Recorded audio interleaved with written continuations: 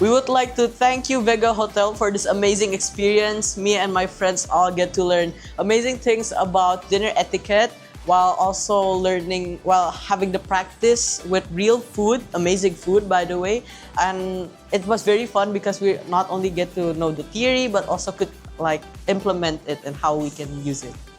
And thank you for letting us study our basic life skills, for example, tidying up our bed. It was really funny because some of my friends weren't able to do it at first, but now because with the helpful staff, we were able to do it with fun, but also how to do it correctly. So thank you very much, Vega Hotel, for this experience.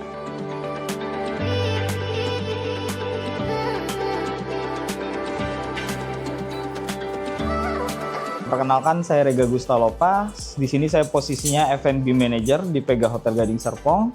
Hari ini kita punya kegiatan Table Manners, Dining Etiquette, dan juga Makeup Room.